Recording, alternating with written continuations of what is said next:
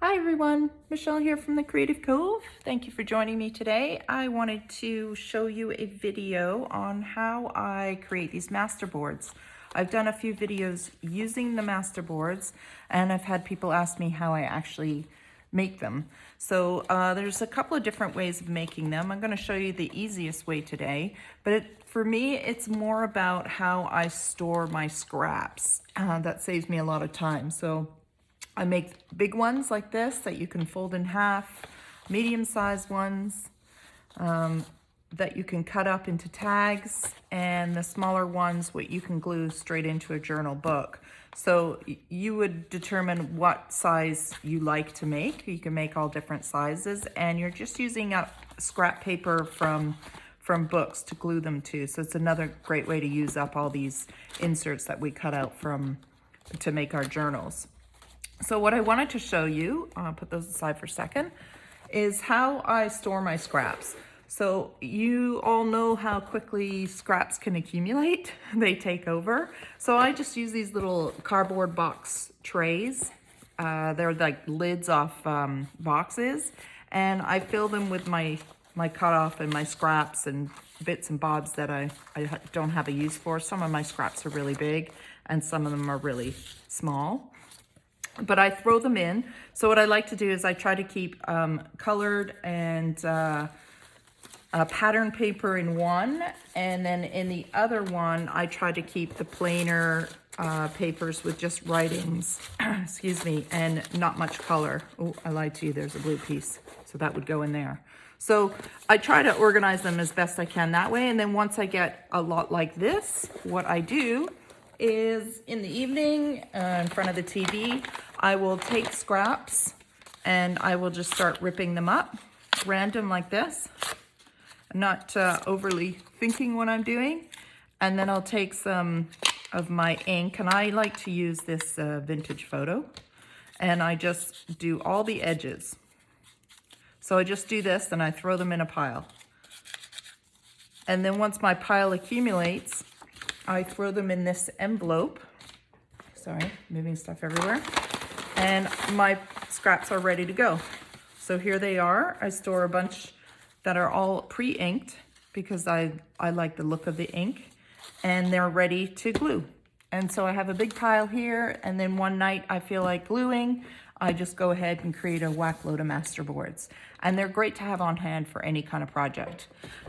So let me show you how I make one here. So I just use my Elmer's glue. I just have an old cookbook here. So I start on the first page, and all I do is I just grab random ones. I don't like to think about it too much. I just like to throw them down and have fun with it. And you can sort these scraps too if you have a very specific color theme you like to make. Say you want to do like a vintage look, then put all your vintage pieces together. But I kind of like the end result where I'm not sure what I'm going to get. I don't know where this is going. Hopefully it works out. And if not, you can just cut it up again. And so I just try to find the side that's inked. And I just slap this cheapy glue. This cheapy glue is awesome because it's purple when it's wet. So you can see exactly where the glue goes. And as it dries, it disappears. And I'm a very messy gluer. Anybody who's been following my channel now will know that I am very messy. And you don't have to rip this. Some of these are turning out very square, but there's all kinds of different rips with different angles and things like that. And that's all you do. You just glue them together and then you decorate them after. You don't even have to decorate them. Sometimes the paper itself is enough. I'm just gonna build one here. Maybe build one or two. We'll see how much time we have. And this is just, like I said, something I do in front of the TV. I find it very relaxing. And the boards come together really quickly because all your prep work is done.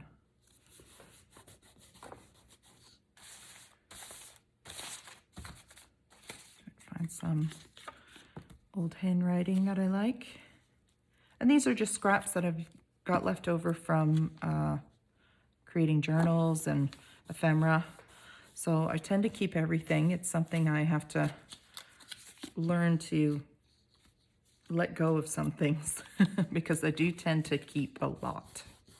And it gets overwhelming. I mean, those are 2 little scrap bins I have there. And it's only because they're down that low because I've actually been creating a lot of these masterboards to use. But my scraps get out of hand. But that's the way I like to store them. I try to sort them as I use them into, like I said, the color groups and the plain papers. Just so it's much easier to find them and do things with them later. And so you see I get glue everywhere. Doesn't bother me. I need a tiny little something over here. Too small. Too big. So we'll rip it. I'm just going to get my ink out. Here it is. My vintage ink. Just to ink that edge that I ripped. This is really old ink. So it goes on nice and light. So there's one. So now you can do stuff to it. So the way I store my little cut up bits and bobs as best I can, because again, these can get out of hand as well, is I have these little sleeves. So I cut all my wordings up and put them in one bag. And then I try to go with a theme. So this would be like mushrooms. This one is getting messy, but it was botanical. So I have all my little inserts of botanicals and journal writings and things like this. This one was a bee theme, some watercolors that I did. So I try to, if I wanted to make this masterboard, say like bees, then I would just grab this and I have it all ready, right? So that's how I try to stay organized. And then there's times where you have random stuff and you don't have time to organize it. So I just keep it in a pile. So these could get sorted into different bags, but I haven't done it yet. So here again, some little watercolor studies I've been playing with, some wording, some pressed flowers here, more watercolors. So these can be cut up and put into these masterboards as well. So you can really use anything you have, the scraps of whatever you have left over. There's butterfly cutouts. So let's use some of these. You can fussy cut the birds out. I'm not sure where these came from. I think someone switched with me in a swap and I got some of these. I guess they were like a DigiKit print that we swapped. So you never know what you're gonna get in those swaps. They're kind of fun. Well, let's try some here. So let's do maybe the dragonfly since he's right here in front of us. I'm gonna use a little bit of a newer ink. So this is just one of those kits that come with 4 of the archival inks. I think it's Jim Holtz. And again, I'm gonna use the vintage photo because that seems to be the one I get drawn to the most. And I just rub it on there. I don't have one of those tools yet. One day I will get one. But right now I'm just gonna rub it on and make it dirty to match the rest and glue it in. I don't think I'll add a word on this one. So you can take these to the next level as well. You can paint on them. You can sew them. Did I bring one out that had sewing on it? I'm not sure. Let's see. Yeah, so here's one here that I did. And you can see I ran it through the sewing machine. And what I do like about this sort of casual assembly is your sewing doesn't have to be perfect because mine is never straight. So you can just kind of wing it through and run it around wherever you want. And it just adds a little bit more of a textural element to the paper. Here's another one with sewing with a contrasting thread. So again, you don't have to do that part. A lot of these are not sewn because I'm not a big sewer, but they do, they just, another element you can add. And like I said, you can do paper, you can do stamping, which we're gonna do next. So I'm just gonna add this word journal. And what's nice about these boards too is you can design them in a way that you know you're going to use them. So I know that this size I pretty much just glue in a journal. But if I was making a bigger one, I could do it so, let me show you again, now that I put it away. So this one, for example, I can fold this like right in half and insert it as a full journal page because I've designed it this way. If I designed it to go this way, then I would end up probably cutting it up into tags and things like that. So that's something you want to consider too when you're gluing these elements together. So let's put this in. I'll put maybe on an angle here. And like I said, I try not to overthink it too much. I just want to have fun with it. And I've got these little, I use these a lot. They're Botanical Blooms by Stamping Up. And I think I got them off like a Facebook Messenger. But they're really cute and they're nice and light, which I like. You know, they're not an overwhelming design. So you'll see me repeat this a lot in my journals. So I might put one here. And this time I'm using the black soot, just so it stands out a bit. I'll put one here. Maybe use this guy. And put one onto the dragonfly. There's really no wrong or right. It's just having fun. And there you go. There's one journal page done. And I'll take my scissors here. And what I do is I just pull it out of the book, flip it over, and I just trim any edges where the paper went over.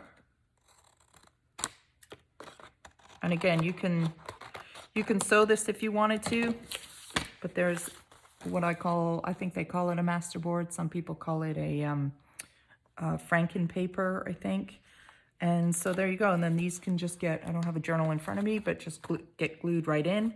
I like to do I have a scrap of vellum here? Just to show you real quick. So you can do little vellum pockets. Here's a scrap of vellum. It's a bit small for this page, but I wanted to show you really quick. Excuse me. Allergy season. If you had a long piece, you glue the edges. And what's nice about the vellum is it shows the design through underneath and it looks really nice. So that's another way to use up your scrap vellum bits. You can also just glue these right down. You know, like I said, let's glue one. The glue disappears. So let's put some piece of vellum on here, just again, for another piece of texture. And we'll let that dry while we build another one, and I'll show you how you can see the underneath. So we'll put that aside for a second, and we'll start on the next one. Back to my scraps. I'll start slapping down the bits and pieces again. Like I said, I love doing this. It's relaxing. You know, you make your favorite cup of tea or coffee or wine, whatever you're into, and just relax. You can do this with kids. You know, you can get your kids to help. What kid doesn't like to get messy with glue? And like I said, you can't really do it wrong.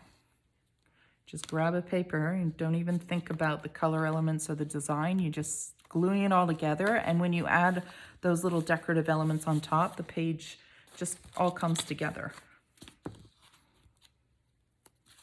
And it's a great way to use up scraps so you're not throwing away any of these bits, because some of these papers can be quite pricey, you know, when you buy the kits or the pads. You don't want to waste any of them.